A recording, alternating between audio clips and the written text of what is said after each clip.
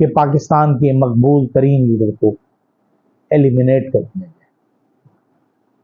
اور اگر کوئی ادارہ یہ سوچ رہا ہے کہ یہ کام ممکن ہے، ممکن تو ہے، بہرحال زندگی موت اللہ کے ہاتھ میں، لیکن اس دن اگر یہ ایلیمینیشن ہوا، عمران خان کا ایلیمینیشن ہوا جس طرح یہ بات سمجھی جا رہی ہے، تو اس دن دو ایلیمینیشن ہوں گے، ایک دنیا سے عمران خان کی ایلیمینیشن اور دنیا کے نقشے سے پاکستان کی ایلیمینیشن. تو خدا کے لیے ایسی بات نہ کریں، ایسی سوچ نہ سوچیں. آپ لوگوں کو فیصلہ کرنے دیں اور لوگ آئیں، اپنی پرفارمنس کے مطابق کام کریں اور ہاریں جیتیں جو کریں. کچھ لمیٹیشنز ہونی چاہیے اور اس پر کام ہونا چاہیے.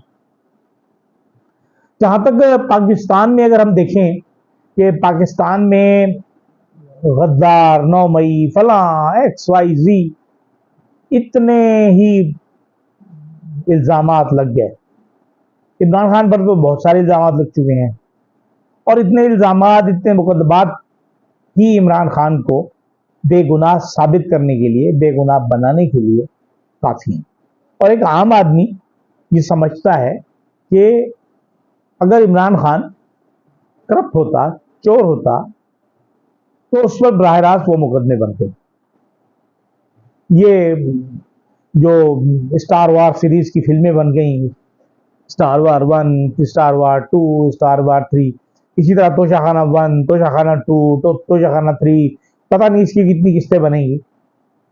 یہ سب ان بے وقوف لوگوں کے دماغ کی ذہنی حالت بتاتی ہیں.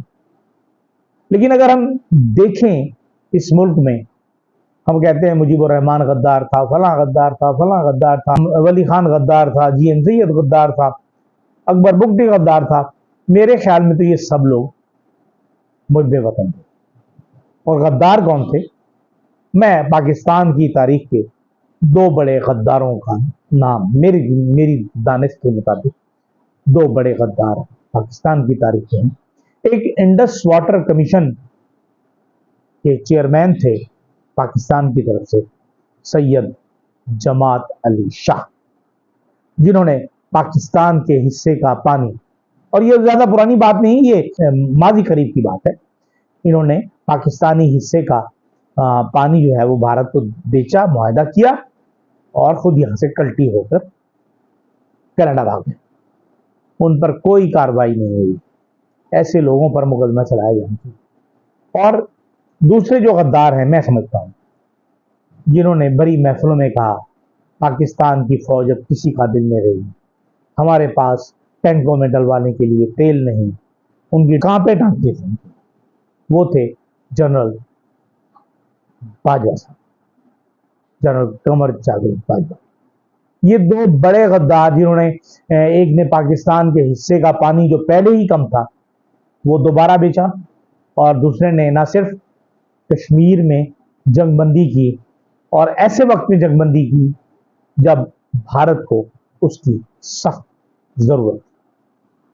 ایک چھوٹی سی خبر اور بھی ہے جو اس وقت اس کی کوئی اہمیت نہیں ہے، لیکن بہرحال ہے کہ قومی اسمبلی پارلیمنٹ ہاؤس جو ہے اس پر ایک فوج نے یلغار کیا ہوا ہے، اس نے قبضہ کیا ہوا ہے فوج، اور وہ فوج کوئی انسانوں کی فوج نہیں ہے، وہ وردی پہن کے نہیں آتی، وہ چوہوں کی فوج، جس نے نہ صرف قیمتی سامان کو خراب کیا ہے بلکہ انہوں نے فائلیں اور بہت سی چیزوں کو کترنا شروع کر دیا. اب یہ جو فوج ہے، اب یہ فوج کس طرح کی فوج ہے، اس سے بچاؤ کس طرح ممکن ہے، اس سے حفاظت کس طرح ممکن ہے، یہ سوچنا ہمارے صاحب اختیار لوگوں کا فرض ہے. سی ڈی اے اس پر کارروائی کر رہی ہے اور انہوں نے اس کے لیے ٹینڈر جاری کر دیا ہے، اور امید کافی ہے کہ اس تجربے سے سیکھ کر اس ملک پر بھی ہونے والے جو مختلف حملے ہیں ان سے بچا جا سکے گا. جس طرح کے حکمران ہمارے ملک پر مسلط ہیں، ان سے بھی جان چھڑوائی جائے گی اور ٹینڈر دے کر ہی جانچ ہو رہی ہے۔ اجازت دیجیے، اللہ حافظ۔